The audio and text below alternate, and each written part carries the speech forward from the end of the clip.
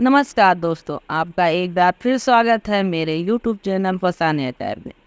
आइए सुनते हैं उषा प्रेमदास द्वारा रचित उपन्यास अल्प विराम का अगला भाग। मेरी यानी डॉक्टर वंदना की गाँव पर। दोस्तों, अगर आपको ये कहानी पसंद आ रही है और अब तक आपने मेरा चैनल सब्सक्राइब नहीं किया है तो प्लीज़ उसे सब्सक्राइब करें और लाइक शेयर भी करें। Thank you. अब जब मुझे अपना अंत निकट आता प्रतीत हो रहा है, कभी कभी मैं अपने से पूछ उठता हूँ कि तुम्हें पाने के लिए प्रयत्न करना क्या मेरा पुरुष के लिए स्वार्थ नहीं था? तुम अच्छी लगी, तुमसे प्यार करने लगा, तो वही बात क्यों नहीं समाप्त कर दी? क्यों बार बार आता था उस शहर में? क्यों अपने को बहला लिया यह कहकर कि अमेरिका की एक कॉन्फ्रेंस में मुझे भाषण देने का निमंत्रण था? वहाँ चला गया था और बाद में बॉस्टन भी पहुँच गया, केवल तुम्हें देखने, तुमसे मिलने। पर अपने को बहला लेता हूँ। भले ही मैं तुम्हें अपने जीवन में अपनी तुष्टि, अपने स्वार्थ के लिए खींच लाया, परंतु वह प्रयत्न तुम्हें भी अपनी उस बंधी हुई जिंदगी से नहीं निकाल आया। तुम खुले आकाश में विचरण करने का सुख नहीं जान पाई।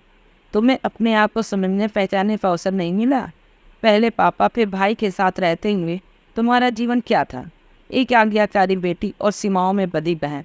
हाँ, तुम भाई के साथ रहती तो वही फीके फीके रंगों की साड़ियाँ और म्लान चेहरे और भविष्यहीन जीवन।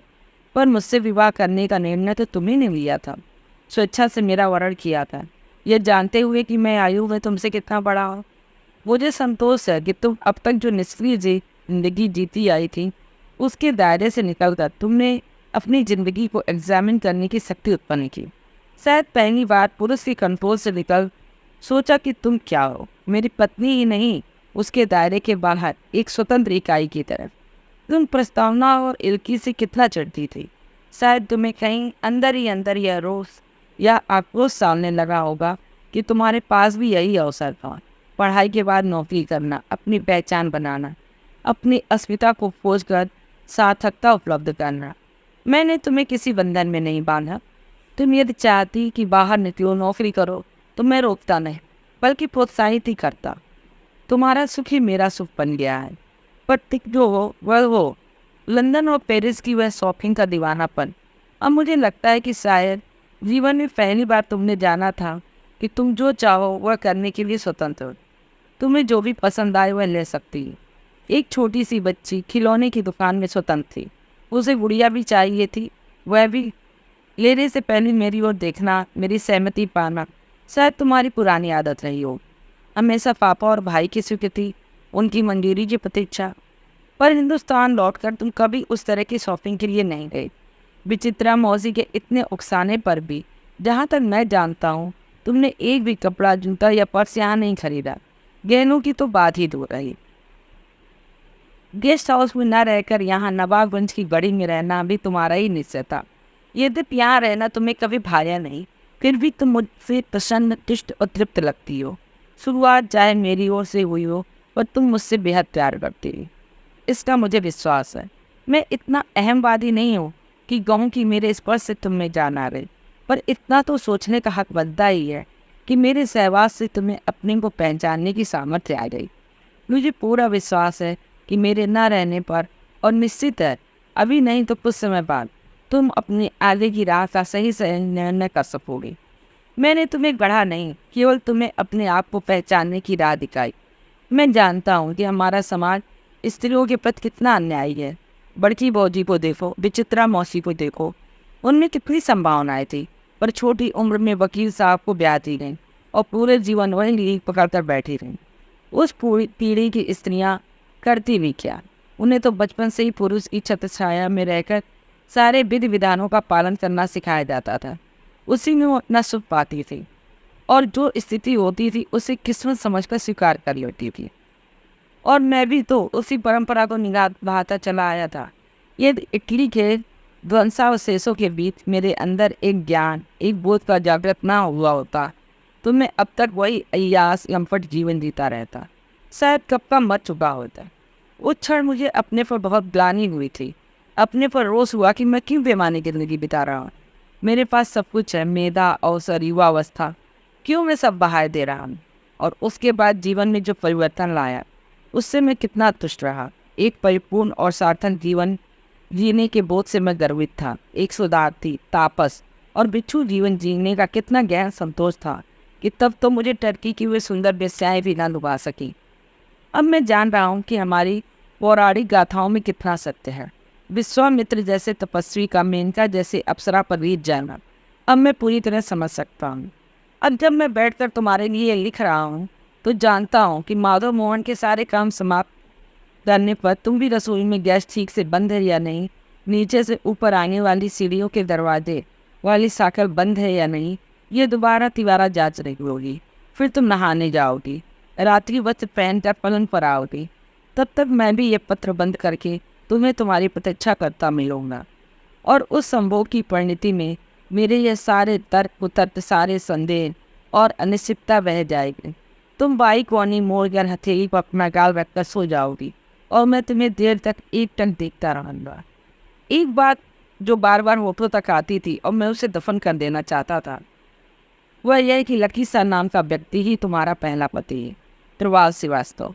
हाँ, तुम्हें यह जानना ही चाहिए, यह तुम्हारा हक है कि तुम्हें पूरी पूरी सच्चाई का पता रहे। मैंने यह भेद छुपा कर क्यों रखा, मैं अच्छी तरह जानता और समझता हूँ। मुझे यह जानकर बड़ी डाह हुई थी और अब इस समय लिखते हुए भी बहुत डाह हो रही है, क्योंकि वह अभी युवा है, लंबा जीवन उसके आगे है और मेरे पास इन्हें चुने महीने, सप्ताह, दिन। इस डाह की लपट मुझे एहसास दिलाती है कि मेरा खून अभी पानी नहीं बना है, जिसे परसों पहले पुलिस ने कानून ने मृत घोषित कर दिया। उसके लिए मैं इतने दावे से कैसे कह सकता हूँ? मुझे कहने में लज्जा नहीं आती कि मैंने अमेरिका की एक एजेंसी से बाकायदा छानबीन करवाई थी। मुझे उनके बारे में, तुम्हारे पहले ब्याह के बारे में, राजकुमार नाम के निर्दोष लड़के पर अत्याचार और उसकी अंततः मृत्यु के बारे में सब मालूम था। तुमने कुछ नहीं बताया, पर तुम्हारी विचित्रा मौसी ने बता दिया था और मैंने भी उन्हें अपने प्रथम परिवार के बारे में सब बता दिया था।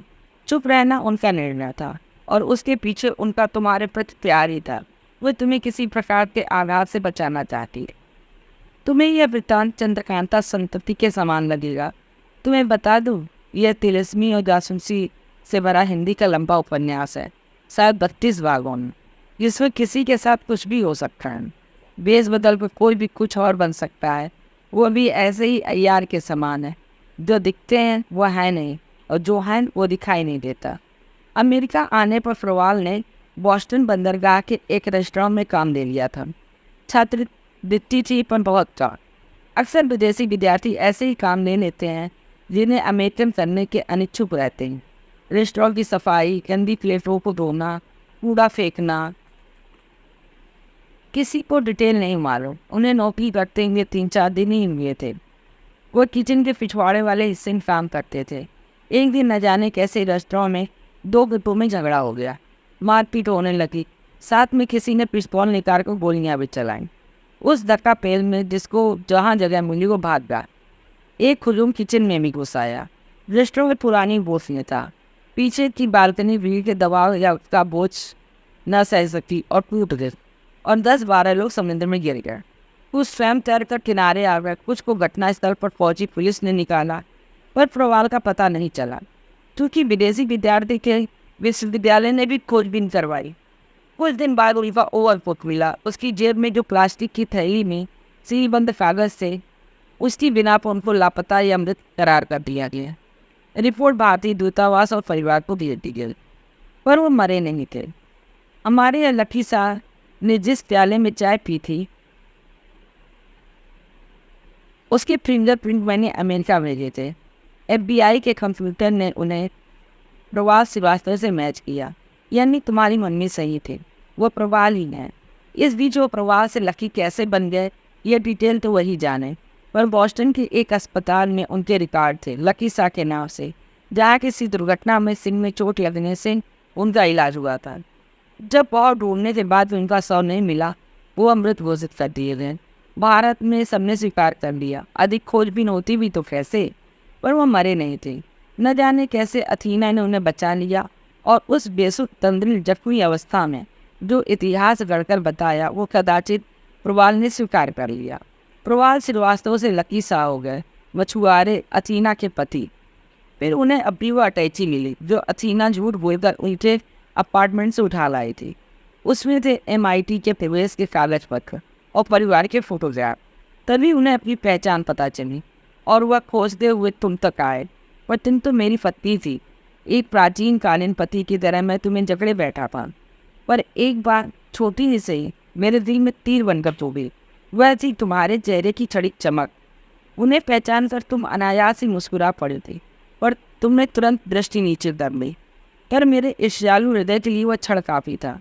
मैं समझ गया था कि तुम इस पुरुष को किसी स्तर पर आकर्षक पाती है, और तभी जुट गया यह पता लगाने में कि असलियत है क्या। कितना मूर्ख निकला हुआ व्यक्ति प्रवाल, जिसने दो दो अवसर पाकर भी तुम्हें गंवा दिया, तुम्हें जाने दिया। तब मुझे अपनी दुर्दशा पर बड़ा गर्व हुआ, क्योंकि तुम मेरी पत्नी थी। भले ही वो आकर्षक लगे, पर प्यार तो तुम मुझसे ही करती थी। मुझसे ही प्यार है और मुझसे ही रहेगा। हमारी भावनाएं भी अजीब होती हैं। किसी का स्थूल शरीर न रहने पर भी उसके प्रति प्रेम मर नहीं जाता, एक स्तर पर कायम रहता है। उसका रूप भले ही बदल जाए, पर रहता है, एक टीस बनकर, दिल में एक गड्ढा सा बनकर। ब्याह होने पर भी तुमने प्रवाल से प्यार नहीं किया। तुम्हें प्यार करने का अवसर ही नहीं मिला। वह तो अमेरिका का खुला वातावरण था, जिसमें तुमने अपनी समवयसी लड़कियों को देखा, जिसने तुम्हें भी पूर्वाग्रहों से मुक्त कर दिया। और यह मेरा सौभाग्य था कि तुम्हें मैं अच्छा लगा और तुमने मेरे जीवन में फिनिश करने का निश्चय लिया। अब मुझे लगता है कि मैं शायद बिल्कुल नहीं बदला। धूर्तता, लंपटपन, अपने सुख और इच्छा पूर्ण करने का स्वार्थ वहीं का वहीं रहा। मैं अपनी पीठ अपने आप थपथपाता था कि देखो मैंने अपने को कितना बदल डाला।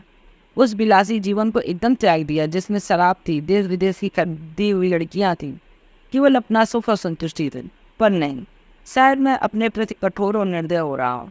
तुम्हारे लिए जो प्रेम का स्रोत फूटा, वो बिल्कुल अलग एहसास था। इसलिए नहीं कि तुम अनगढ़ और जवान थी, बल्कि वह तुम्हारी सादगी, अपनेपन से बेखबरी और तुम्हारा अप्रस्फुटित सौंदर्य था। मैंने यही चाहा कि तुम पर निसार हो जाओ, और वो भी गया। चुपचाप उस कहानी की बुलबुल की तरह, जिसने अपने हृदय में कांटा चुभोकर गुलाब के फूल को अपने रक्त से लाल रंग में रंग दिया था। मेरे हृदय में कई कांटे हैं, मेरी उम्र, मेरा कैंसर से युद्ध और मेरा संतान न दे पाने का एहसास। मेरा जीवन वृत्त क्या है? यही ना, एक 50 वर्ष का पुरुष जिसने जवानी अयासी और लंपटता में बिताई, पर पिछले 25 वर्षों से तापसी जीवन अध्ययन, खनन और शोध में बिताया है। जो मृत्यु की कगार पर खड़ा है, अपने से आधी उम्र की बेफिक्र बेखबर लड़की के प्रेम में पड़ जाता। और जब वो लड़की पूर्ण विश्वास के साथ उसका वर्णन कर लेती है, तो वह अपने उन्मत्त प्यासों से सराबोर करता है और दिन प्रतिदिन उसे प्रस्फुटित होते, उसे अपने को पहचानने का प्रयत्न करते देखता है। उसे आशा है कि वह लड़की एक दिन आत्म साक्षात्कार करने में सफल होगी और तभी मुझे बहुत शांति, बहुत सुकून मिलेगा। मेरी भटकन तो समाप्त हो गई है। मुझे मृत्युदंड सुना दिया गया है। कुछ दिन, कुछ महीने, यह अनिश्चित है। तुम मेरे पास स्वयं सिद्ध होकर अपनी राह हो सको तो मुझे बहुत तसल्ली होगी। इसीलिए मैं बार बार कहता हूँ, मैं तुम्हारे जीवन में अल्प विराम हूँ, पर उसका भी बहुत महत्व होता है। ये तो तुम जान ही चुकी हो। जब मैं अकेला रहता था तो हर दीवार, दरवाजा अपना एक इतिहास संजोए लगता। अच्छा लगता था कि मैं भी इस शहर के सदियों पुराने इतिहास की पढ़ी हूँ। तुम्हें यहाँ आकर जीवन में रंग भर दिए तो लगता था कि पुराने खंडहरों में रौनक आ गई है। तुम अपने साथ जो खुशी लाई वह मेरे लिए वर्णनातीत है, और लिखते समय मुझे कभी भी संतों का अभाव नहीं हुआ, जैसे इस समय हो रहा है। अब सब चाहते हैं कि ये गढ़ी छोड़कर हम कहीं नई जगह चले जाए। गढ़ीडा आकर दुकानें या मॉल बन जाए, चमकते हुए शीशों और दीवारों वाला। सोचकर मुझे दहशत होती है, मगर समय और समुद्र की लहरों को होकर नहीं जा सकता। जितना भी मिला मैं भरपूर जिया। सच कहूँ जिया तो मैं अब तुम्हारे साथ। इन्हीं दिनों कुछ साल पहले एक आशा में, फिर कुछ महीने आशा के फलीभूत होने पर। पिछली जिंदगी, वह गांव वाली पत्नी, वो बेटे, अब तो मुझे चेहरे भी याद नहीं रहे। वह देश विदेश में औरतों की कतार, सब एक खोखला, उथला, अर्थहीन, सारहीन व्यक्ति था। मैं उसे पूर्ति समझता था, जिंदगी जीने का सुख समझता था। जिया तो मैं अब पूरा अफाद मस्तक डूब कर केवल तुम्हारे साथ, मेरी बिलव, मेरी प्रिया, मेरी सिंधु। तब विदा का समय आ जाएगा क्या मालूम, पर क्षितिज पर गिरे बादलों की तरह यह बोध मेरे अंदर हमेशा रहता है। जब हर सुबह जागता हूँ तो सुतक आनंद होता है अरे मैं जीवित हूँ, आज का दिन मुझे भेंट नहीं मिला है, एक दिन और तुम्हारे साथ बिताऊंगा और मैं आलात से भर उठता हूँ। पर उसको रेखांकित करती हुई एक उदासी भी रहती है, यह बोझ की मौत कभी भी आकर मुझे दबोच सकती है। जब ऐसा दिन आएगा तो मुझे विदा देना है। मैं तो यही चाहता हूँ कि तुम प्रसन्न रहो, जीवन प्रवाह को जारी रखो, उसे दोबारा अपनाओ, स्वीकारो। जो मैं तुम्हें न दे सका उसे झोली फैलाकर ग्रहण करो। जानता हूँ कि मेरे जाने के बाद तुम्हारे जीवन में जो गहरा गड्ढा रहेगा वह तो रहेगा, उसका यथार्थ मिट नहीं सकता, पर फिर भी हम सांसें तो लेते ही रहते हैं, हंसते भी हैं, मगर पंक्ति अकस्मात ही अधूरी रह गई। तुम्हारी छपनिया का नाखून भी कई पुरुष छू भर ले, मुझे यह बर्दाश्त नहीं होने देता। अपनी इस क्षुद्रता को पूर्णतः स्वीकार करता हूँ। क्या करूँ, विवश हूँ, जानता हूँ कि समय की घड़ी लगातार टिक टिक कर रही है। दूसरी ओर यह भी चाहता हूँ कि तुम परिपूर्ण हो, सुखी रहो, तुम भटकोगी नहीं, इसका मुझे पूरा विश्वास है। क्या विडम्बना है, जब मुझे सुख मिला तो मेरा समय समाप्त है। पर ग्रेटफुल हूँ, भाग्य कहो, ग्रहों का विधान कहो, मुझे यह सुख अनुभव करने का अवसर तो मिला। केवल एक स्त्री के प्रतिबद्ध होने का सुख, यह जानने का सुख कि तुम जानोगी तो जानोगी कि मैं तुम्हारे निकट ही हूँ। उन अनगिनत स्त्रियों की तरह नहीं जो बीच रात में फाती होंगी कि मैं न जाने कब सैया से उठकर चला गया हूँ और अगले दिन उन्हें पहचानूंगा भी या नहीं। जाने दो, वो सब तो बीत चुका है। मैं अपने को बदल डाला हूँ, अब केवल तुम हो और तुम्हारी खुशी सरोपरी। मुझे मालूम था कि तुम्हारा कम उम्र में विवाह हो चुका था। 3 दिन के सहवास के बाद तुम्हारा पति विदेश चला गया और कभी लौटा ही नहीं। परंतु मैं तुरंत जान गया कि उस सब रीति रस्मों के बावजूद तुम अछूती और बेदाग थी। हमने अपना हनीमून औरंगाबाद से प्रारंभ किया था। मैं तुम्हें एलोरा और अजंता से परिचित कराना चाहता था। जिस दिन हम एलोरा गए उस दिन पानी बरसने लगा। वर्षा में उन गुफाओं की छटा अद्भुत होती है। हमने प्रारंभ किया था शिव पार्वती रावण बाली की कृपा से। उस बरसात में भी पेड़ों पर से तोतों का कलरव सुनाई दे रहा था। अंदर शांति थी, अंधेरा अंधेरा। मैंने गाइड लिया था। उस नीरव सुनसान मेघाच्छादित दिन में एक दिन की कमाई से वंचित रहा है, इसलिए। और जब मैंने तुम्हें बताना शुरू किया तो वह चुप हो गया और एक शिष्य की तरह हमारे साथ साथ चलता रहा। मैं तुम्हें अपनी प्रिय वित्ती दिखाई जिसमें शिव पार्वती के विविध कार्यकलाप अंकित थे। शिव पार्वती की द्यूत क्रीड़ा जिसमें शिव हार रहे थे और नंदी उदास भाव से निकट बैठा था। हर व्यक्ति चित्र में शिव बार बार हार जाते थे। अंत में हुई नृत्य प्रतियोगिता। शिव को तो उसमें विजय पानी ही थी। सलाह की नारद मुनि से नारद तो ठहरे नारद, उन्हीं के छल से तप करती कन्या पार्वती कुमारी ही रह गई और उस स्थान पर बना कन्या कुमारी का मंदिर। तो नारद ने सुझाया, नृत्य के दौरान शिव अपने दाहिने पैर का अंगूठा अपने माथे से छुलावें। नारी सुलभ लज्जा के कारण पार्वती अपनी टांग इतनी ऊपर उठाकर माथे से नहीं लगाएंगी। यही हुआ, पार्वती हार गई।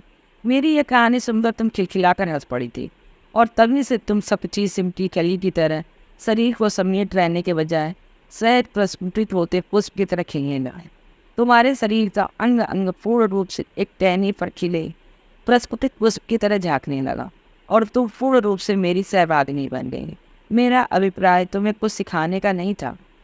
तुम्हें काम शास्त्र में पीएचडी थोड़ी निर्देश कर रहा था, पर तुम्हारी उन्मुखता मुझे हर बार मोह लेती थी।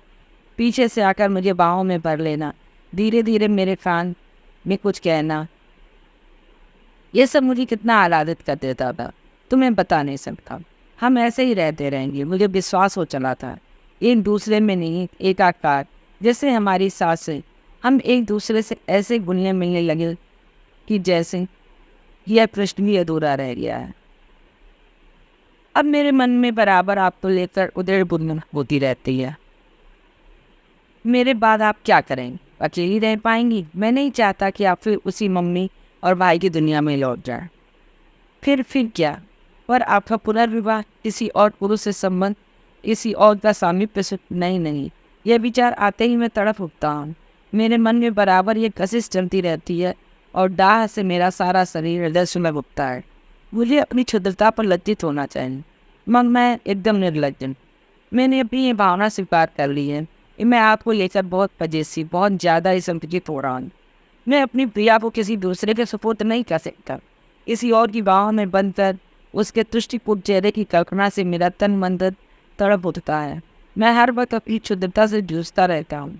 आशा है उससे उबर सकूँगा और उस बिंदु तक पहुँच सकूँगा ये तो मेरी प्रिया स्वेच्छा से किसी अन्य पुरुष का चयन करे और उससे सुखी हो।